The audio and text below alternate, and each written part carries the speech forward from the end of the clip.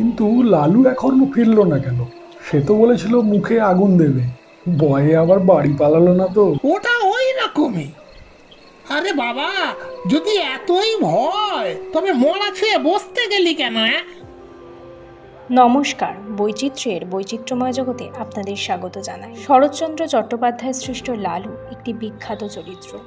এর আগেও আমাদের গল্পবুকের আসরে আপনারা শুনেছেন লালুর জীবনের দুটি মজাদার কাহিনী। আজ আবারও আপনারা শুনতে চলেছেন লালুর জীবনের আরও একটি অনবদ্য মজাদার কাহিনী, লালুর শবযাত্রা। তাহলে শুনে নেওয়া যাক আমাদের আজকের গল্প, লালুর শবযাত্রা। আমাদের শহরে তখন শীত পড়েছে। হঠাৎ কলেরা দেখা দিল। তখনকার দিনে কুলাউঠার নামে মানুষের ভয়ে হতজ্ঞান হতো। কারো কলেরা হয়েছে শুনতে পেলে সে পাড়ায় মানুষ থাকতো না। মারা গেলে দাহ করার লোক মেলা দুর্ঘট হতো। কিন্তু সে দুর্দিনেও আমাদের ওখানে একজন ছিলেন যার কখনো আপত্তি ছিল না। গোপাল খুড়ো তার নাম। জীবনের ব্রত ছিল মরা পোড়ানো। কারো অসুখ শক্ত হয়ে উঠলে তিনি ডাক্তারের কাছে প্রত্যহ সংবাদ নিতেন। আশা নেই শুনলে খালি পায়ে গামছা কাঁধে তিনি ঘন্টা 2 আগেই সেখানে গিয়ে উপস্থিত হতেন। আমরা জনা কয়েক ছিলাম তার চেলা। মুখ ভার করে বলে যেতেন, ওরে শোন সবাই, আজ রাত্রিটা একটু সতর্ক থাকিস, ডাকলে যেন সাড়া পাই। রাজোদ্দারে শ্মশানে শাস্ত্র বাক্য বলি, মনে আছে তো? আগে আছে বই কি, আপনি ডাক দিলেই গামছা সমেত বেরিয়ে পড়ব। বেশ বেশ, এই তো চাই। এর চেয়ে পুণ্যকর্ম সংসারে আর কিছু নেই রে। লালুও ছিল আমাদের দলের মধ্যে একজন। ঠিকাদারির কাজে বাইরে না গেলে সে কখনো না বলতো না। সেদিন সন্ধ্যাবেলা বিষণ্ণ মুখে খুড়ো এসে বললেন, বিষ্টু পণ্ডিতের পরিবারটা বুঝি আর রক্ষে পেল না রে। সকলে চমকে উঠলাম। অতি গরিব বিষ্টু ভট্টাচার্যের কাছে বাংলা স্কুলে আমরা ছেলেবেলায় পড়েছিলাম। নিজে সে চিররুগ্ন এবং চিরদিন স্ত্রীর প্রতি একান্ত নির্ভরশীল। জগতে আপনার বলতে কেউ নেই। তার মতো নিরীহ অসহায় মানুষ সংসারে আমি 2টি দেখিনি। রাত্রি আন্দাজ 8টা। দড়ির খাটে বিছানা সমেত পণ্ডিত গৃহিণীকে আমরা ঘর থেকে উঠোনে নামালাম। পণ্ডিত মশাই ফ্যাল ফ্যাল করে চেয়ে রইলেন। সংসারে কোনো কিছুর সঙ্গে সে চাহনির তুলনা হয় না এবং সে একবার দেখলে সারা জীবনে ভোলা যায় না। মৃতদেহ তোলবার সময় পণ্ডিত মশাই আস্তে আস্তে বললেন, আমি না গেলে মুখাগ্নির কি হবে? কেউ কিছু বলবার আগে লালু বলে উঠল, ও কাজটা আমি করব পণ্ডিত মশাই। আপনি আমাদের গুরু, আর সেই সম্পর্কে উনি যে আমাদের মা। আমরা সবাই জানতাম শ্মশানে হেঁটে যাওয়া তার পক্ষে অসম্ভব। বাংলা স্কুল মিনিট 5 পথ। হাঁপাতে হাঁপাতে সেটুকু আসতেও তার আধ ঘন্টার বেশি সময় লাগতো। পণ্ডিত মশাই একটু চুপ করে থেকে বললেন, নিয়ে যাবার সময় ওর মাথায় একটু সিঁদুর পরিয়ে দিবি নে লালু। নিশ্চয়ই দেব পণ্ডিত মশাই, নিশ্চয়ই দেব। আমি এই যাচ্ছি। এই বলে এক লাফে সে ঘরে ঢুকে কৌটো বার করে আনলো এবং যত সিঁদুর ছিল সমস্তটা মাথায় ঢেলে দিল। বলরে হরিবল, বলরে হরিবল, বলরে হরিবল দিয়ে আমরা গৃহিণীর মৃতদেহ চিরদিনের মতো বার করে নিয়ে এলাম।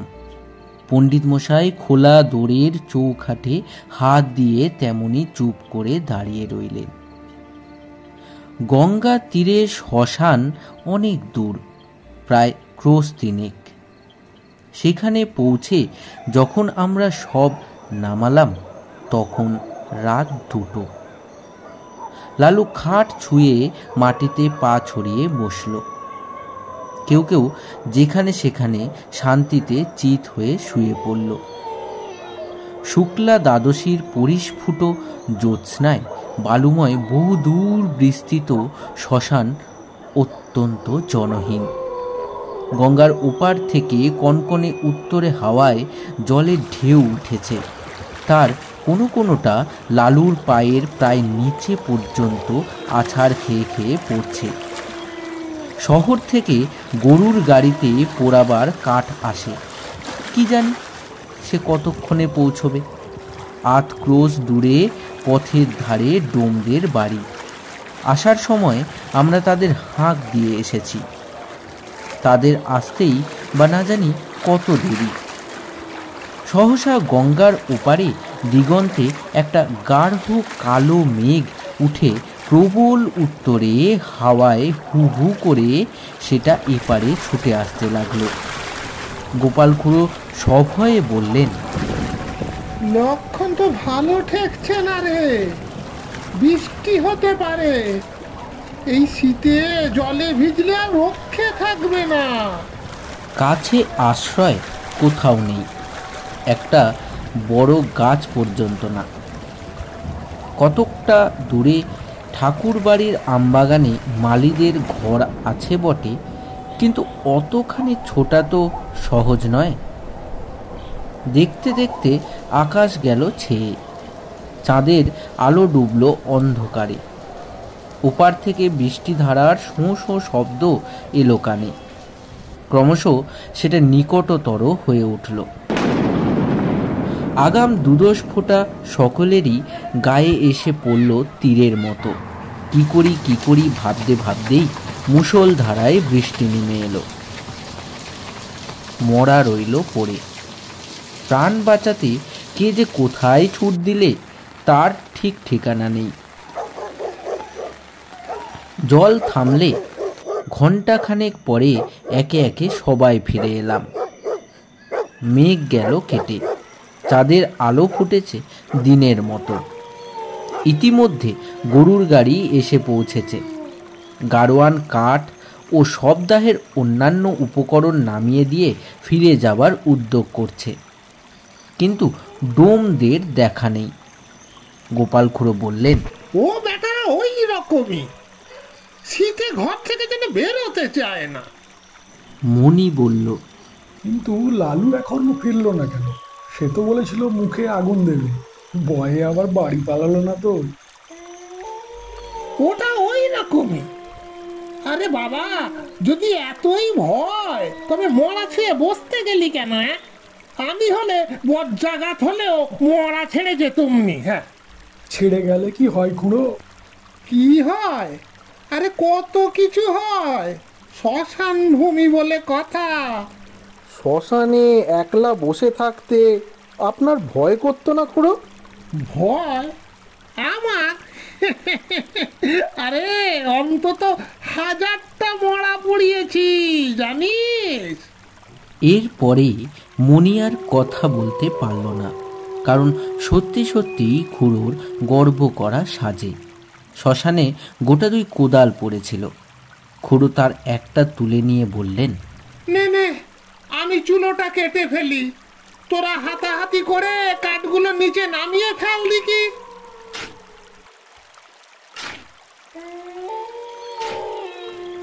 খুড়ো চুলি কাটছেন, আমরা কাঠ নামিয়ে আনছি। নড়ু বলল, আচ্ছা, মরাটা ফুলে যেন দ্বিগুণ হয়েছে না? খুড়ো কোনো দিকে না তাকিয়েই জবাব দিলেন, ফুলবে না আবার? আরে লেপ কাঁথা সব তো জলে ভিজে গেছে রে। কিন্তু তুলো জলে ভিজলে তো চুপসে ছোট হয়ে যাবে, ফুলবে না তো। খুড়ো কথাটা শুনে রাগ করে উঠলেন। তোর ভারী বুদ্ধি।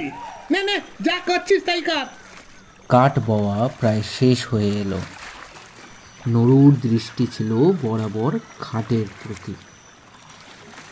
হঠাৎ সে থমকে দাঁড়িয়ে বলল, ও খুড়ো, মরাটা যেন নড়ে উঠল গো। খুড়োর হাতের কাজ শেষ হয়েছিল। কোদালটা ছুঁড়ে ফেলে দিয়ে তিনি বললেন, তোর মতো ভীতু মানুষ আমি কখনো দেখিনি রে নুরু। তুই আসিস কেন এইসব কাজে? যা যা, বাকি কাঠগুলো আন, আমি চিতাটাকে সাজিয়ে ফেলি। গাধা কোথাকার। আবার মিনিট 2 গেল। এবার মনি হঠাৎ চমকে উঠে 5-7 পা পিছিয়ে দাঁড়িয়ে সভয়ে বলল, না খুড়ো, গতি ভালো ঠেকছে না, মোড়াটা সত্যি যেন নড়ে উঠল। খুড়ো এবার হা হা করে হেসে বললেন, ছোড়ার দল, তোরা ভয়ে দেখাবি আমাকে, যে 1000-এর উপর মরা পড়িয়েছে তারে? ওই ওই দেখুন, আবার নড়ছে। হ্যাঁ হ্যাঁ, নড়ছে। ভূত হয়ে তোকে খাবে বলে নড়ছে। তবে তার মুখের কথাটা শেষ হলো না। হঠাৎ লেপ কাঁথা জড়ানো মরা হাঁটু গেড়ে খাটের উপর বসে ভয়ঙ্কর বিশ্রী খনা গলায় চেঁচিয়ে উঠল, না না, নুরুকে না, গোপালকে খাবো।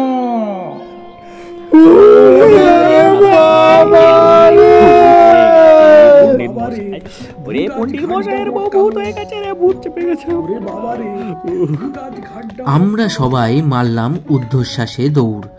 গোপাল খুড়োর সামনে ছিল কাঠের স্তূপ। তিনি উপরের দিকে আমাদের পিছনে ছুটতে না পেরে ঝাঁপিয়ে গিয়ে পড়লেন গঙ্গার জলে। সেই কনকনে ঠান্ডা এক বুক জলে দাঁড়িয়ে চেঁচাতে লাগলেন,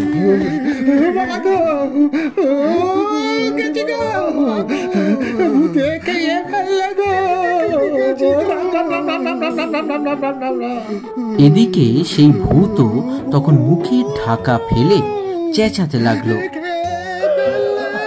ওরে নির্মল, ওরে মনি, ওরে নুরু, পালাস নে রে, আমি লালু, ফিরে আয়, ফিরে আয়। লালুর কণ্ঠস্বর আমাদের কানে পৌঁছলো। নিজেদের নির্বুদ্ধিতায় অত্যন্ত লজ্জা পেয়ে সবাই ফিরে এলাম। গোপাল খুড়ো শীতে কাঁপতে কাঁপতে ডাঙায় উঠলেন। লালু তার পায়ের ধুলো নিয়ে সলজ্জে বলল, সবাই জলের ভয়ে পালালো, কিন্তু আমি মরা ছেড়ে যেতে পারলাম না, তাই ওই লেপের মধ্যে ঢুকে পড়েছিলাম। তা বেশ করেছিলে বাবা, খাসা বুদ্ধি করেছিলে। যাও, এখন যাও, ভালো করে গঙ্গা মাটি মেখে চান করো গে। এমন শয়তান ছেলে আমি আমার জন্মে দেখিনি বাপু।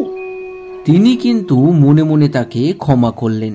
বুঝলেন এত বড় ভয় শূন্যতা তার পক্ষেও অসম্ভব। এই রাতে একাকী শ্মশানে কলেরার মরা, কলেরার বিছানা, এসব সে গ্রাহ্যই করল না। মুখে আগুন দেবার কথায় খুড়ো আপত্তি করলেন, না না না না না, সেটি হবে না। ওর মা শুনতে পেলে আর আমার মুখ দেখবেন না একদম। সপ্তাহ সমাধা হলো। আমরা গঙ্গায় স্নান সেরে যখন বাড়ি ফিরলাম তখন সেই মাত্র সূর্যোদয় হয়েছে। এমনই ছিল আমাদের লালু, ডাকাবুকো, বেপরোয়া, চঞ্চল, অস্থির, ডানপিটে, কিন্তু সকলের প্রিয়।